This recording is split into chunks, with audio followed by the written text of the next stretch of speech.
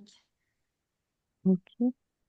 Euh, alors, je vais essayer d'être claire. J'aurais une question par rapport à mes parents. J'ai eu une enfance très difficile avec mes parents. Il y a beaucoup de choses qui ont été transmutées, etc. Je sens encore, comment dire, des rancœurs. Je sens qu'il y a encore des rancœurs, qu'il y a encore des choses, en fait, qui restent. Et ma question serait, euh, pourquoi la vie a fait en sorte que là, au jour d'aujourd'hui, je vis à proximité de mes parents. Je suis en contact avec eux quasiment tous les jours. Et ça, il y a une incompréhension chez moi de ça, en sachant que tout est juste et en me disant qu'il y a certainement une raison. Je ne sais pas si j'ai été claire. Est-ce que toi, ce que tu aimerais, tu aurais préféré être loin de tes parents? Alors, j'ai pas d'idée de où je devrais être, mais en tout cas, ça m'interroge pourquoi la vie fait en sorte qu'ils soient près de moi, que je sois près d'eux. Ok, il y a une partie de ta vie, tu n'étais plus près d'eux et puis là, tu es de nouveau près d'eux. C'est ça? Voilà. Mm. Si la vie t'a remis en présence de tes parents, c'est simplement parce que le contrat d'âme que vous aviez entre vous n'a pas été complété pour le moment. Si de ton côté, tu as comme accepté de recevoir ce que cette relation t'a en quelque sorte poussé à apprendre, à faire, à développer en toi. De leur côté, il leur reste encore beaucoup à apprendre de toi.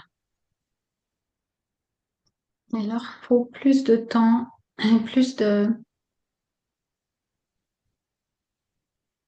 difficultés ou de souffrances pour qu'ils commencent à bouger véritablement.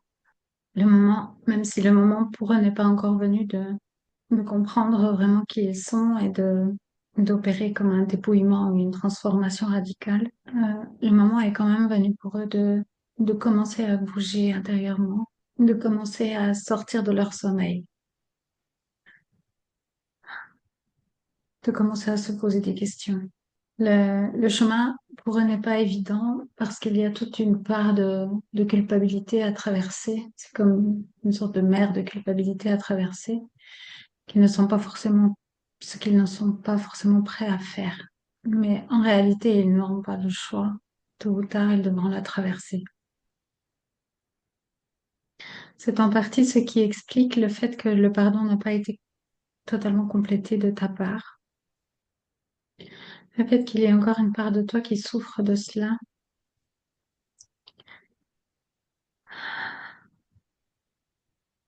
active quelque chose en eux. Ne peut pas leur permettre de rester confortablement endormis. C'est comme l'aiguillon qui va un peu les forcer à se remettre en question. Ils ont leur rythme propre, indépendamment l'un de l'autre, mais tous les membres de la famille composent comme une sorte de musique qui, qui avance ensemble. Un début de prise de conscience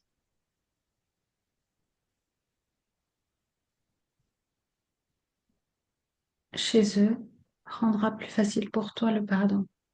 Ce qu'il reste de rancune et de colère en toi est en réalité pour eux. Lorsque vous êtes sur un chemin spirituel, il y a cette tendance à juger de toutes les réactions, de tous les élans, de toutes les manifestations qui ne sont pas en adéquation avec la paix, avec la sérénité. Et il est impossible pour vous d'avoir pleinement conscience de tous les mouvements qui se jouent en lien avec votre entourage et en lien avec tout ce que vous rencontrez. Parfois, certains blocages ou certains obstacles qui se présentent en vous ou dans les circonstances de votre vie vous poussent à vous juger sévèrement alors qu'en réalité, c'est tout à fait juste que ça se manifeste à ce moment-là et ce n'est pas forcément pour vous.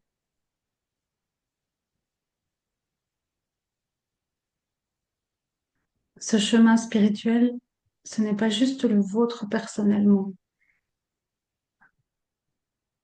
c'est aussi celui de tous ceux qui vous accompagnent. Et parfois, vous manifestez des réactions ou des obstacles ou des difficultés qui servent à enseigner d'autres personnes qui sont avec vous.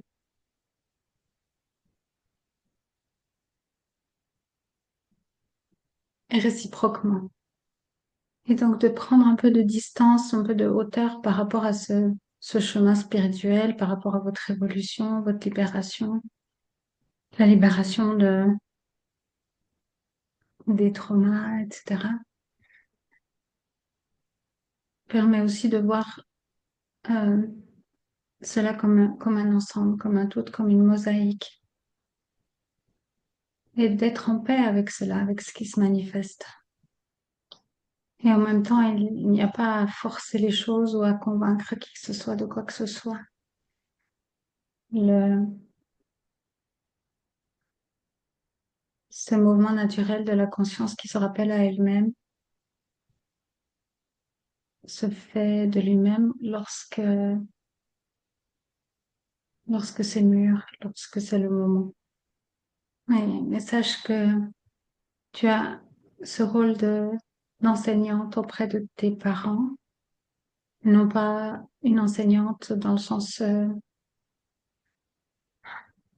d'une activité ou des choses à dire ou des choses à leur apprendre, mais simplement par ta présence. Ta simple présence auprès d'eux les fait mûrir, les fait avancer, leur fait réaliser certaines choses. Et tu es soutenu dans ce rôle-là.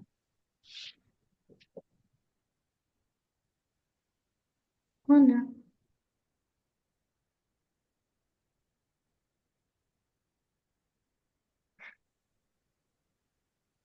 Merci Marie-Jo. Avec plaisir. Ça te parle? Oui, ça fait écho. Ça fait écho sur plein de choses. Ouais. Mhm. Ouais, je vais laisser. Euh, j'ai entendu se poser doucement. Ça fait écho. Ouais. Merci. Alors, Evelyne.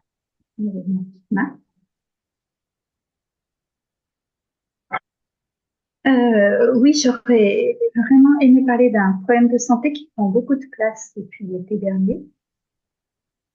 Donc, il y a eu un diagnostic qui a été posé d'une maladie auto-immune inflammatoire qui se manifeste par La fin, une maladie auto-immune.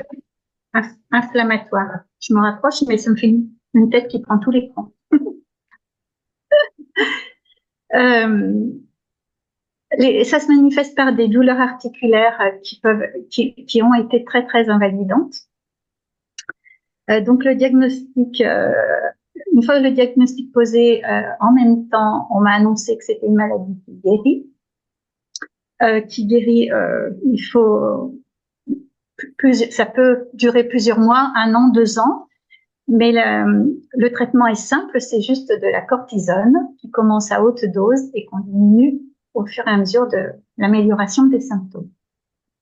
Au début, ça a été un vrai miracle. J'ai retrouvé l'autonomie, enfin, c'était magique. Et puis rapidement, ça n'a plus fonctionné, c'est-à-dire que depuis le mois de novembre, on n'arrive pas à baisser la cortisone. Chaque fois qu'on baisse, il y a un effet rebond et les douleurs reprennent. Voilà. Donc en fait, le problème, il est lié à l'attente de la guérison. Parce que à partir du moment où il y a l'attente, ça crée le temps, ça crée l'histoire, ça crée et, et tout ça c'est vu et c'est vrai que dès que c'est vu, ça revient dans l'instant. Oui, dans l'instant, il y a pas de problème. En réalité, même la douleur, elle est supportable. Enfin, elle peut être goûtée. Le problème, c'est vraiment les pensées qui viennent en permanence et qui racontent des histoires et pourquoi ça fonctionne pas et voilà. Euh, ce que je voudrais interroger aujourd'hui, c'est peut-être ce que j'imagine comme une dépendance à la cortisone. Et ça pourrait, ça m'évoque d'autres dépendances à d'autres médicaments dans ma vie. Ça m'est déjà arrivé. Voilà, je sais pas ce que ça vient dire. Et puis peut-être aussi une accroche à la maladie parce que franchement, la maladie a occupé beaucoup de place dans mon histoire depuis le premier jour de ma vie. Voilà. Je pense que j'ai fait un peu le tour de la question. Donc, enfant, t'étais malade Ben, déjà. j'ai eu tout le temps des maladies. Enfin, ouais, tout de suite à la naissance, j'ai failli mourir. Et puis, et puis après, j'ai tout le temps eu des trucs, mais pas très graves. Mais j'étais hospitalisée. Enfin, rien de dramatique, mais j'ai l'impression que j'ai tout le temps été malade. J'ai retrouvé un journal de ma mère qui racontait un peu sa vie de jeune femme avec ses enfants. Et j'ai l'impression qu'elle parle que de mes maladies. Voilà. En quels termes elle en parle? Ah, ben c'était tout le temps le souci, quoi. Hmm. Bon, ce qui me vient là, dans l'instant, c'est que elle a perdu une petite sœur de maladie. Peut-être ça a joué. Hmm. Enfin bon, aujourd'hui, ce qui m'agace le plus, c'est cette histoire de dépendance au traitement. Enfin, que le traitement n'agit pas. Hmm. Bon, j'avais dit hein, que je ne vais pas te dire oui ou non, enfin, Oui, pas de oui. conseils par rapport au traitement. C'était pas sur, c'est pas sur le traitement, c'est sur le fait de la dépendance, parce que j'ai déjà connu ça. Je passe. Mhm. D'accord.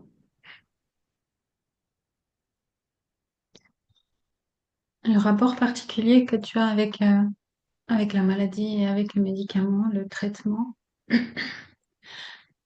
il y a un effet de ton enfance, de ta mère, mais aussi d'une vie passée où un médicament t'a maintenu en vie. Et donc, il y a cette croyance inconsciente que le médicament peut te permettre d'être en vie et d'être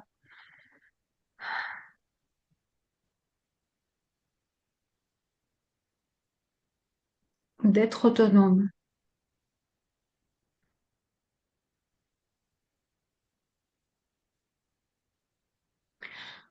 En gros, la dépendance aux médicaments te, te permet de ne pas être dépendant d'une personne ou de plusieurs personnes. Il y avait ce rapport déjà par rapport à ta mère, le fait qu'elle s'appuie beaucoup sur le système médical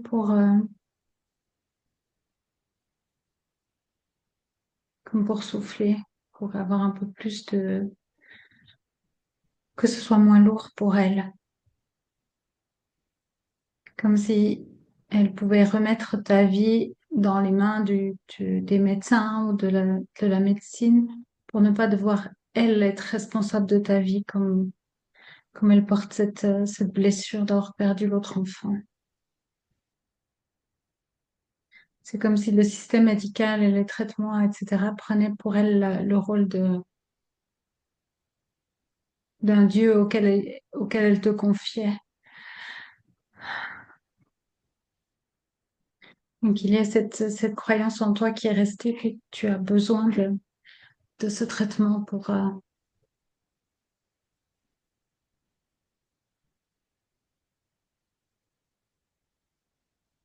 pour pouvoir vivre et être libre. Pour sortir de cette situation, il est vraiment important d'aller vérifier tes croyances et de les transformer et de ne plus mettre ta foi dans les médicaments, mais dans la conscience que tu es, dans la vie, dans le divin, comme tu veux l'appeler.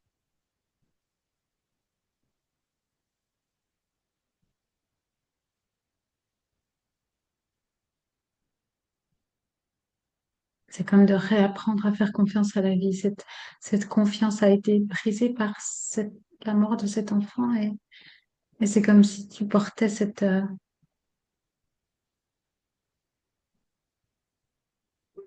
mémoire de la rupture de la confiance dans la vie, dans le divin. Même s'il y a la conscience que la mort fait partie de la vie, cette mort prématurée a quand même créé une rupture dans la foi. Les capacités de guérison sont en toi et mentalement tu le sais, mais c'est comme si cette conscience doit être renforcée, euh, amenée au niveau inconscient pour qu'elle puisse devenir effective. Il y a aussi le lien entre la maladie et l'attention déportée. Et c'est comme si tu avais transféré l'attention de ta mère ou de ta famille sur le fait d'être malade. Le fait que ces deux choses soient concomitantes dans ton enfance, le fait d'être malade et le fait d'obtenir l'attention de ta mère,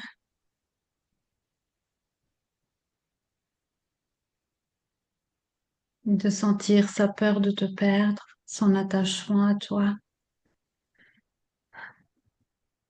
a créé comme un lien inconscient entre la maladie et le fait que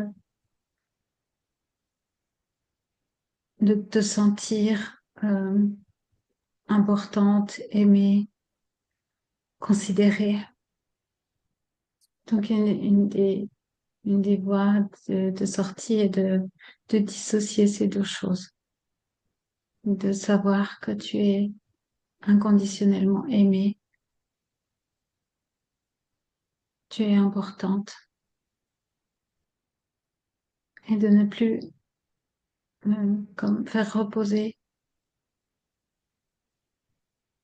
ce sentiment qu'on prête attention à toi, que tu es aimé sur cette béquille qu'est la maladie.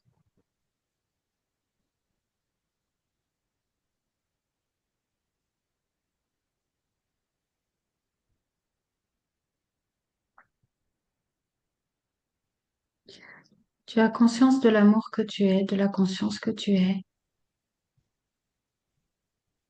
Tu goûtes la paix facilement. Tu sais qui tu es. Profondément, tu sais qui tu es. Mais c'est comme si l'expression de qui tu es, qui est ton corps, ta personnalité,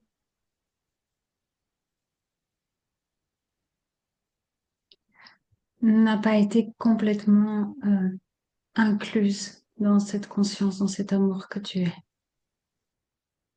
Or, tout doit être inclus,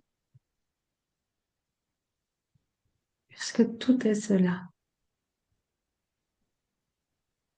Et comme tu as accès à la conscience que tu es, à l'amour que tu es,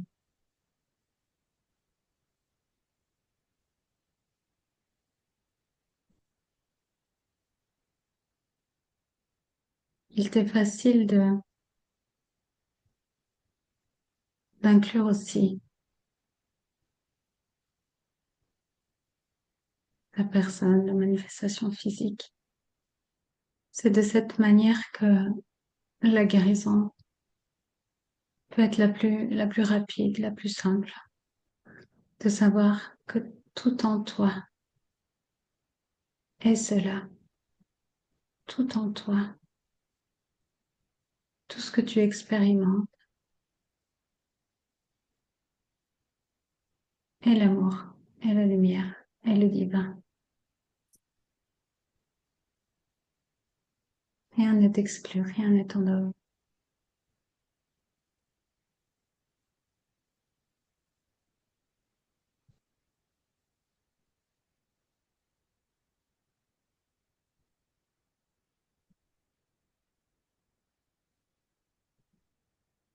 Et cette énergie d'amour est l'énergie la plus guérissante qui soit. Reconnais au plus profond de ton cœur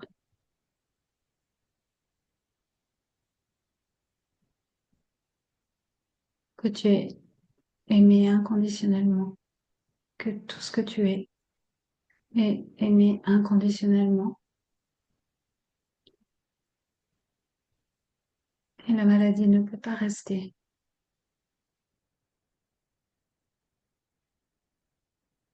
Voilà.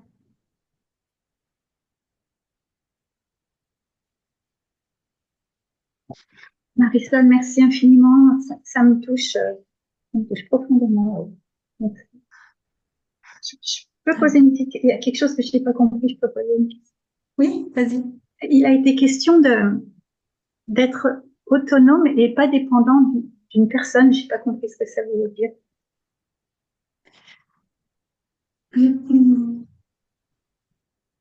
En fait, c'est l'idée que le médicament te permet de pas être dépendant de quelqu'un.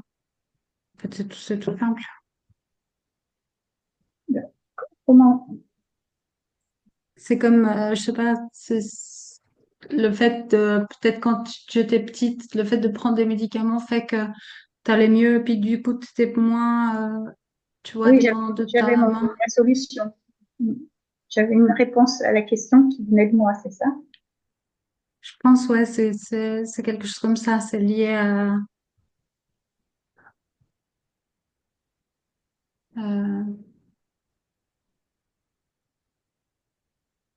Bon.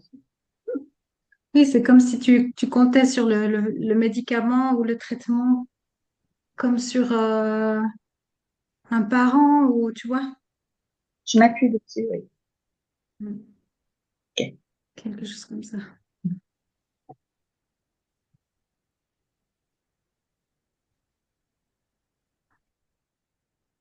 Claire?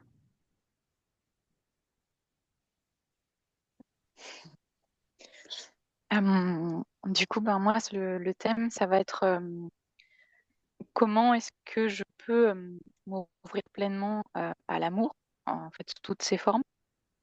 Et est-ce que j'ai encore des choses à pardonner à mon grand-père, à ma grand-mère, en fait, par rapport à ce qui m'est arrivé. Enfin, tout est lié à l'inceste, en fait, à ce qui est arrivé à mon corps. Euh, comment libérer, oui, cette angoisse, cette colère, cette peur et cette fermeture à l'amour dans cette vie. Je sais pas si c'est clair comme question. Mhm. Merci.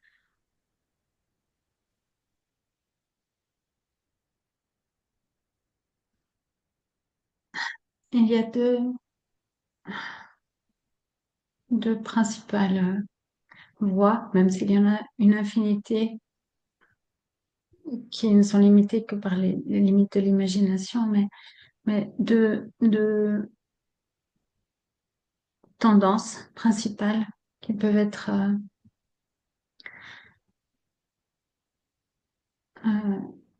adoptées pour arriver à une libération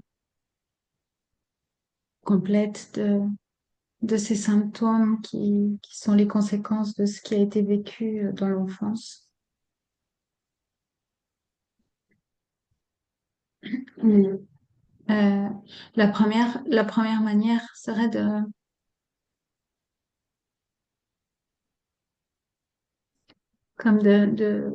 réapprendre au corps l'amour, de faire en sorte que les empreintes de l'amour, de la tendresse, du respect deviennent beaucoup plus forts, présents que les empreintes de la violence.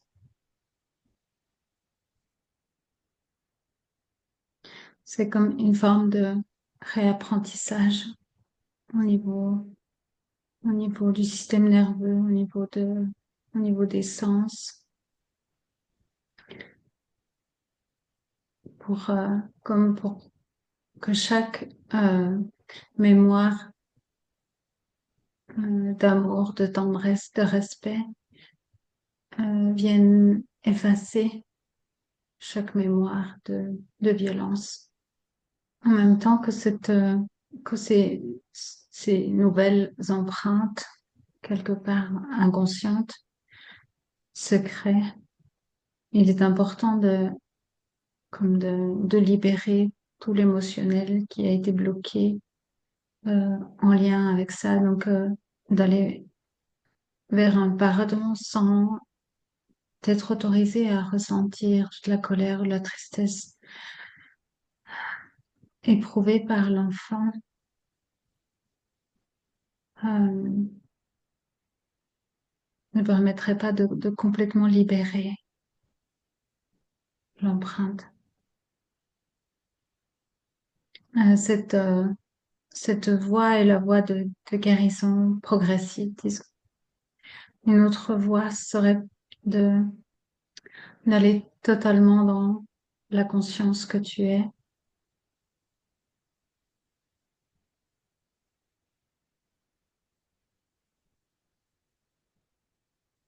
et réaliser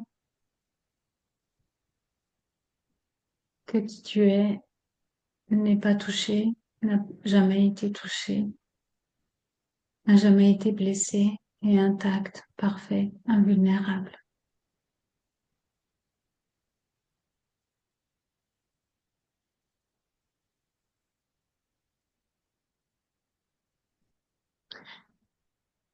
En, en exprimant ces mots, il y a la conscience que une partie de toi peut être révoltée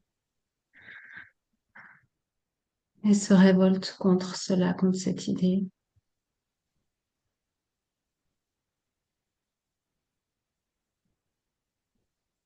Il ne s'agit en aucun cas de nier la souffrance que tu as vécue,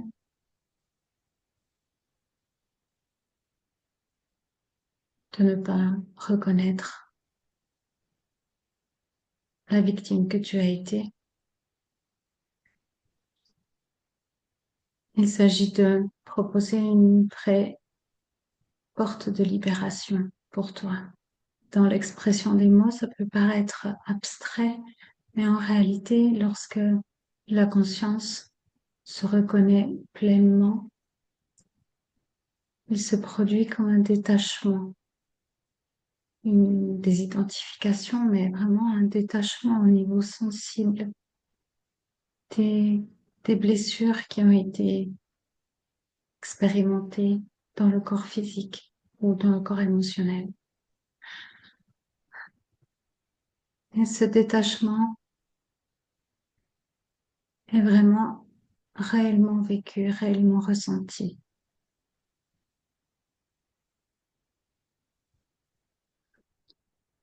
Le le plus simple et de parcourir les deux chemins en même temps, tout en sachant qu'à un moment donné, ils se rejoignent.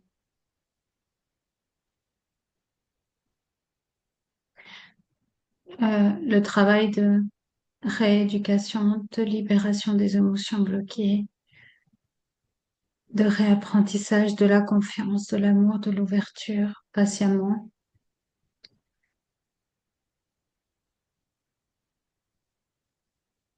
permet permet un accès plus grand au calme qui approfondit cette connaissance de la conscience que tu es.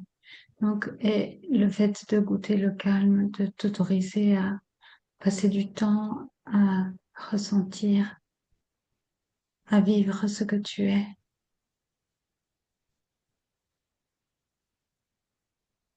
permet de soutenir ce travail au niveau du réapprentissage de l'amour et de la confiance. Ainsi, les deux choses se supportent l'une l'autre. Il est important aussi de savoir, d'avoir vraiment pleinement conscience que, à un certain niveau, tout cela a été voulu par toi, par ton âme, pour pouvoir justement expérimenter ce chemin de libération, ce chemin de lumière, et le tracer aussi pour d'autres. Ce que tu vis, tu ne le vis jamais pour toi seul. Et si il y a au fond cette acceptation, cette volonté de vivre tout cela, c'est que tu savais avoir toutes les ressources nécessaires pour, pour parcourir ce chemin de guérison.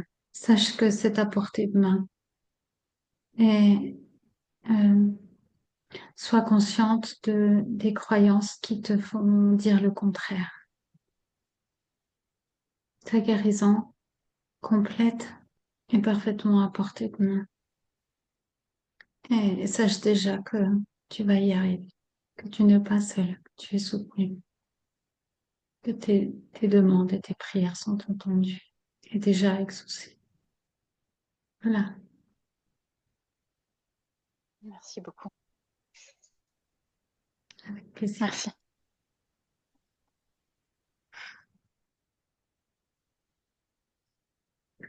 Marie-Christine,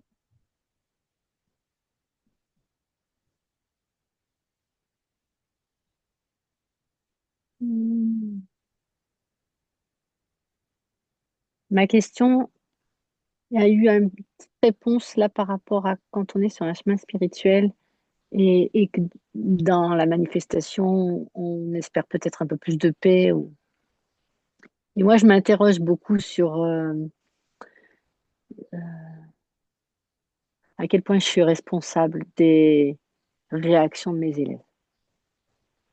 On avait un projet de danse et ma classe, ils ont eu beaucoup de plaisir quand on était entre nous tranquilles. Et devant les parents, ça a été un carnage. Carnage, carnage. Jamais vu ça. De toute ma carrière, carnage total. Un sauter sur un mur et tomber sur un autre se moquer d'un autre. Carnage, carnage, carnage. Je suis sortie de là et j'ai dit oh, qu'est-ce que je retiens de ça, quoi. Et ma première réaction, c'était de dire j'ai, moi, j'ai envie de mettre l'enfant au centre. Et avec les parents, je fais des ateliers, mais je me suis dit plus jamais de spectacle comme ça. Pour des 3 4 ans, émotionnellement, c'est. Voilà. Et puis après, avec mes collègues, du coup, ça les a mis en interrogation.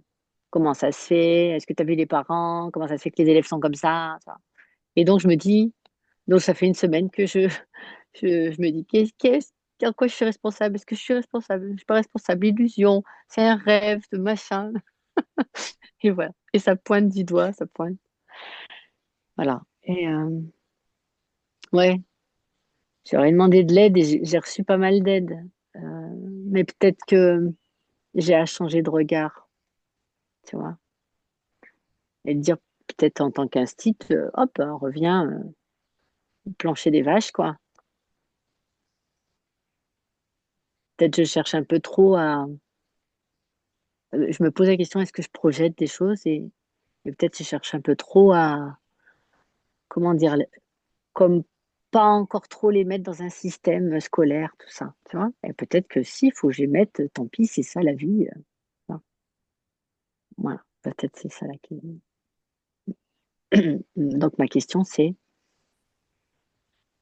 est-ce que je suis responsable des réactions, voilà, de mes élèves ou des autres? En quoi je peux être responsable puisque tout est un et que c'est moi qui mets ça comme scénario?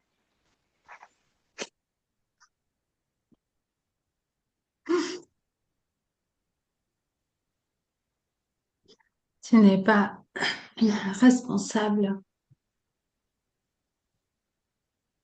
dans le sens de coupable de quoi que ce soit. Mais toi, la vie que tu es crée tous les scénarios.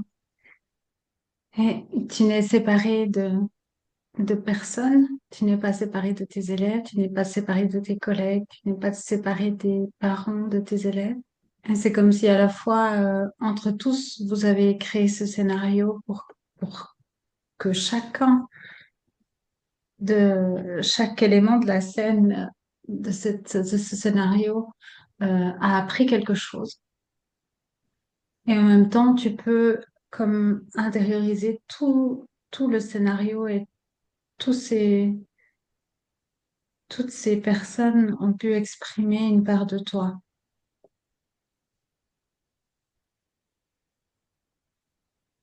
Les enfants ont pu exprimer leur spontanéité, leur envie de ne pas respecter les règles, leur envie de faire n'importe quoi,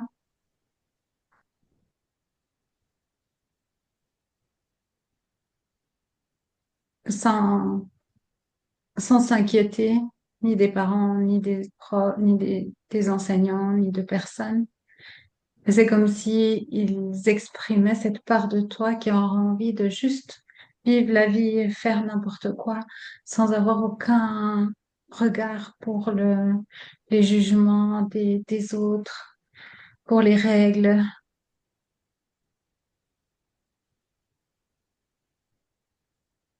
Et c'est comme si tu avais permis à ces enfants d'exprimer cette part de toi.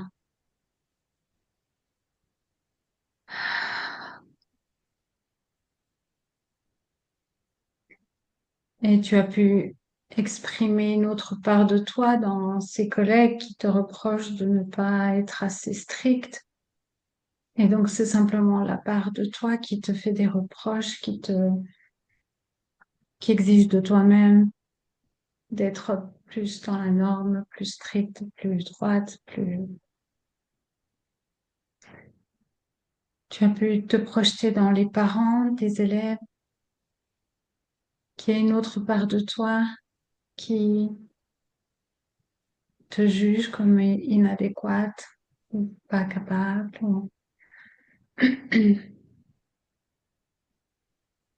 Et ce sont toutes des parts de toi. Et donc, évidemment, juste cet événement t'a permis de vivre une multitude de facettes de ta vie intérieure. Et tu peux te poser la question dans dans toutes les personnes qui étaient là,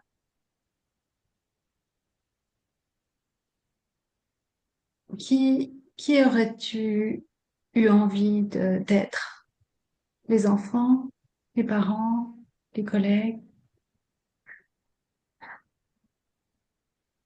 Qu'est-ce qui est, quel personnage exprimait le plus le vrai élan de ton cœur? Alors oui, le but de ton âme derrière cette expérience était de te faire avoir un regard différent, mais un regard plus lointain, plus distant par rapport à tout cela. non pas un regard plus sévère et plus critique, bien au contraire. L'élan de la vie est d'aller toujours vers plus de liberté. L'élan de la vie est d'être toujours plus libre, de suivre l'élan de la vie. Alors, tu peux te poser la question, qu'est-ce que tu veux pour ces enfants? Si tu étais eux, qu'est-ce que tu voudrais? Qu'est-ce que tu attendrais de toi si tu étais eux? En créant cela, en créant cette activité, tu as suivi un élan de ton cœur et tu peux avoir la sensation que l'expérience a échoué étant donné le résultat. Mais tu peux aussi y voir comme une invitation à aller plus loin dans l'élan de ton cœur et à voir qu'est-ce qui le retient encore. L'invitation est aussi à prendre du recul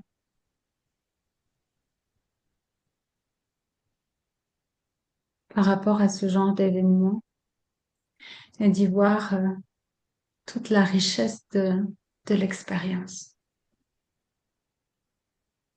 pour tout le monde. Et le conseil est toujours de suivre ta joie. C'est comme une boussole intérieure, parfaitement fiable. Voilà.